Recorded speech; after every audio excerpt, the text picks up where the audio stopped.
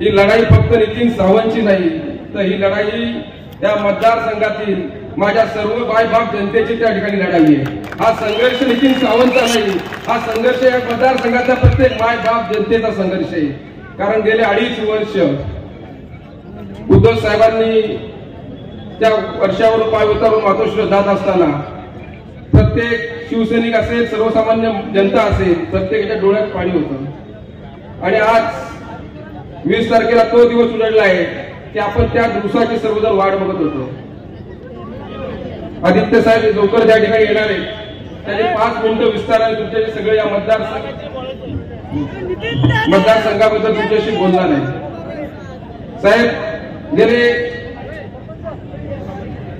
10 दिवस या मतदारसंघामध्ये प्रत्येक गाव, वाडी, वस्ती त्या ठिकाणी जातोय।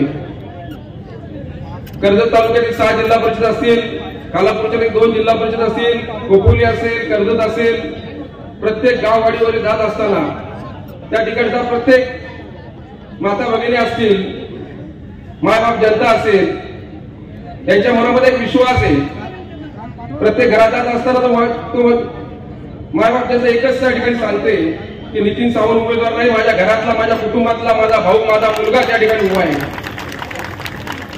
कितीतरी ठिकाणी गेलो असताना तिथले माय माऊली मला मंदिराच्या देवाऱ्यापाशी घेऊन जातात, त्या ठिकाणी जाऊन म्हणतात की देवाकडे आम्ही एकच प्रार्थना करतो, आमचा सर्वसामान्य कुटुंबातला मुलगा, आमच्या कुटुंबातला सदस्य हा लढतोय, हा संघर्ष त्याचा नाही तर आमच्या सर्वांचा आहे।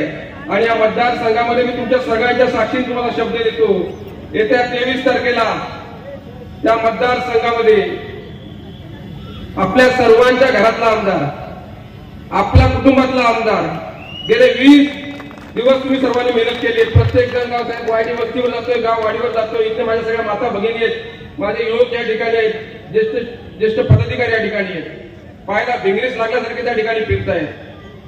प्रत्येकाच्या मनात एकच भावना आहे की माझा भाऊ, माझ्या कुटुंबातला सदस्य त्या ठिकाणी उभा आहे आणि त्यासाठी ते सगळे प्रयत्न करतायत।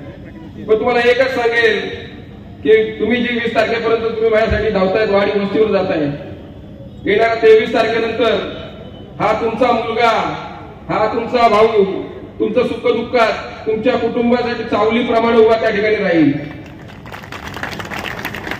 मी पुन्हा टीका करणार नाही, कारण तो माझ्या स्वभाव नाही, माझ्या रक्तात, संस्कारात ते नाही। पण मी काय करणार आहे, या मतदारसंघामध्ये माझं विजन काय आहे, या मतदारसंघामध्ये काय प्रकारचा विकास झाला पाहिजे हे तुमच्याशी मी चर्चा करणार आहे। साहेब, हा मतदारसंघ मुंबईपासून तसा जवळ, तसा पुण्यापासूनही जवळ, हा मतदारसंघ MMRD झोन मध्ये आहे। पण आज आमच्या कर्जत कालापूर तालुक्यामध्ये एक साधं हॉस्पिटल त्या ठिकाणी नाही। आज आम्हाला हॉस्पिटल सारखे एकतर पनवेल, वाशी सारख्या ठिकाणी जायला लागतं, उल्हास डोंबिवली त्या ठिकाणी जायला लागतं, आता पुण्यासारख्या ठिकाणी जायला लागतं। या मतदारसंघात एक चांगलं हॉस्पिटल झालं पाहिजे, माझ्या इथले बाप जनता त्या ठिकाणी त्या सुविधांचा उपचार करून आरोग्य सुविधा सुधारली पाहिजे। त्या मतदारसंघामध्ये आजही पाण्याचा प्रश्न तसाच आहे।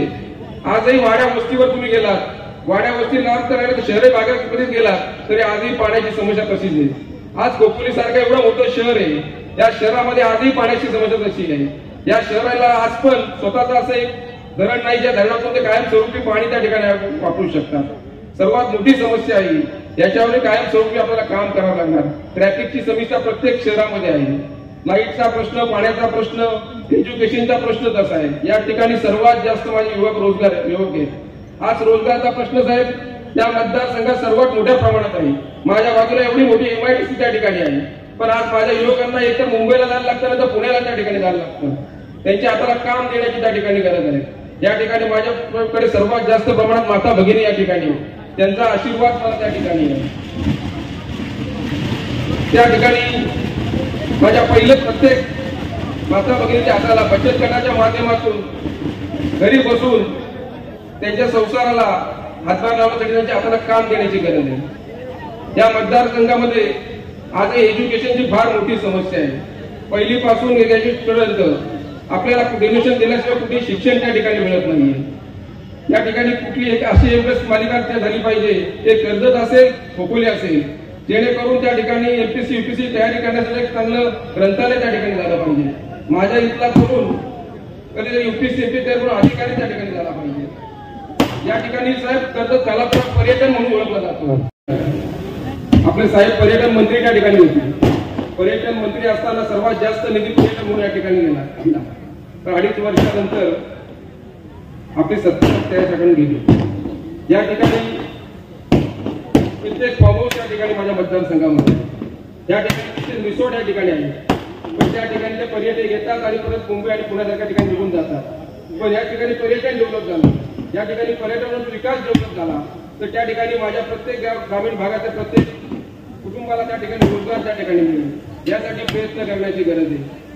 या मतदारसंघामध्ये साहेब फिरत असताना गेले 10-15 दिवस प्रत्येक वाडी वस्तीमध्ये सगळ्यांनी एकच विश्वास त्या ठिकाणी दिला की येणाऱ्या दिवसामध्ये तू माझ्याकडे आला नाही तरी जायचे, पण तू दुसऱ्या गावात जा. दुसऱ्या गावातून गेलो तेच त्या ठिकाणी सांगतात. त्यांचं प्रत्येकाचं एकच त्या ठिकाणी म्हणणं आहे की या मतदारसंघामध्ये गेले 2.5 वर्ष प्रत्येक मनामध्ये त्या ठिकाणी एक वेगळ्या प्रकारचं घर निर्माण केलं. त्याच विश्वासाने, त्याच भाऊ, त्याच मुलगा या नात्याने प्रत्येकाचा आशीर्वाद त्या ठिकाणी आहे. मी आदित्य साहेबांना पुढच्या 2 मिनिट आपल्यामुळे जास्त बोलता येत नाहीये. मी त्यांना फक्त तुमच्या सगळ्यांच्या साक्षीने महाविकास एकच शब्द त्या ठिकाणी देणार आहे आणि त्या ठिकाणी थांबणार आहे.